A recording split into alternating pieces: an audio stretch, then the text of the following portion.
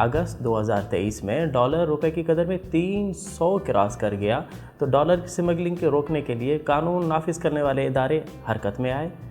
देखिए, पाकिस्तान की 2 बॉर्डर्स हैं जिसपे वाज़े तौर पे ये काम हो रहा था, एक पाक ईरान बॉर्डर, एक पाक अफ़गान बॉर्डर। ज़ाहिर है ये दोनों ही हमारे नेबरिंग कंट्री हैं और नेबरिंग कंट्रीज़ में जो हमारे पास से हमारी अजनास जो हैं वहाँ शिपमेंट हो रही थी। मज़े की बात तो ये है कि ये अजनास पाक रुपीज़ में शिपमेंट हो रही थी, पाक रुपीज़ हमारे वापस आ रहे थे, लेकिन वहाँ से जो स्मगल शुदा माल जितना भी आ रहा था उसकी शिपमेंट जितनी भी आती थी, चाहे वो ज़मीनी रास्तों से आ रही हो, चाहे उसमें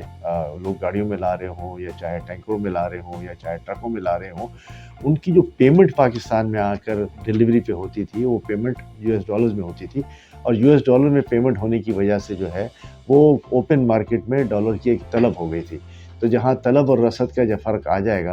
तो एक बहुत बड़ा वाज़े गैप आ रहा था इंटरबैंक और मार्केट के रेट में। सवाल ये होता है कि स्मगल कौन कर रहा था, रोक कौन रहा है, क्या वो इसमें कुछ रिश्ता बनता है या नहीं। तो स्मगलिंग एकदम से किसी के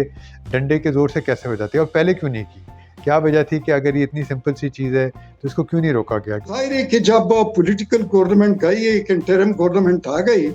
तो फिर मेरे ख्याल में इसकी तरफ तवज्जो पूरी चली गई कि हुकूमत का जो बिल था वो मेरे ख्याल में पहले डिवाइड था और फिर इस पर एक तवज्जो आ गई, कंसंट्रेशन आ गई।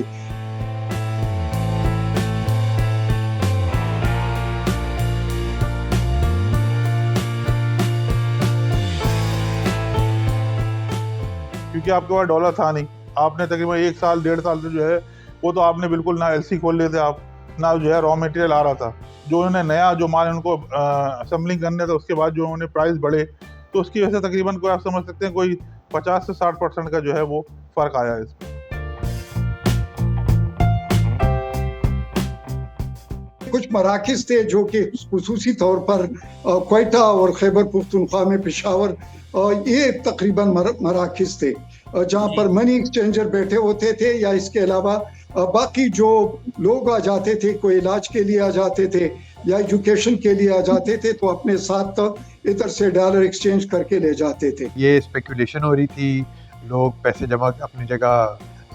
ज़ख़ीरा अंदोज़ी कर रहे थे, होर्डिंग जिसे कहते हैं, और इसमें कुछ और यानी गैर इक़्तिसादी पहलू थे।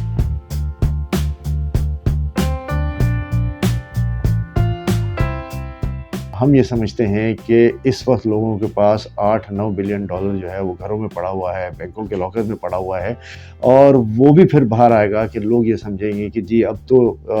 डॉलर जो है वो नीचे जा रहा है और हमने शायद इसमें महंगे लिए हुए हैं, तो फ़िल वक्ती तौर पे इसमें या तो मार्जिन गेन कर लें या बेच दें और कम रेट पे फिर दोबारा ले लें। तो ये एक मार्केट का उसूल है। ये 8-9 बिलियन डॉलर मार्केट में आते हैं तो पाकिस्तान की इकनॉमी को जो बूस्ट मिलेगा वो हमारे तसव्वुर से बाहर है।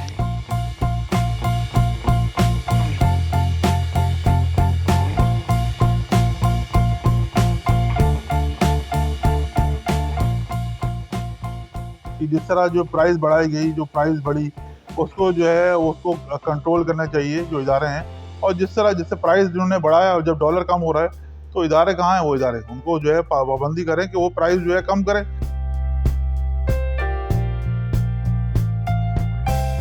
मुल्क की मईशत के लिए तो ये बेहतर है कि डॉलर का जो रेट है उसमें इस्तेहकाम आए, रुपए का और डॉलर का उसमें थोड़ा इस्तेहकाम आए ताकि चीज़ें फिर सामने आने लग जाएं, कि महंगाई कम हो जाएगी। तो ये IMF के हवाले से भी थोड़ा सा बेहतर है। अगर डॉलर का रेट बढ़ता जाएगा तो फिर ये मसाइल हमारे मज़ीद हो रहे हैं।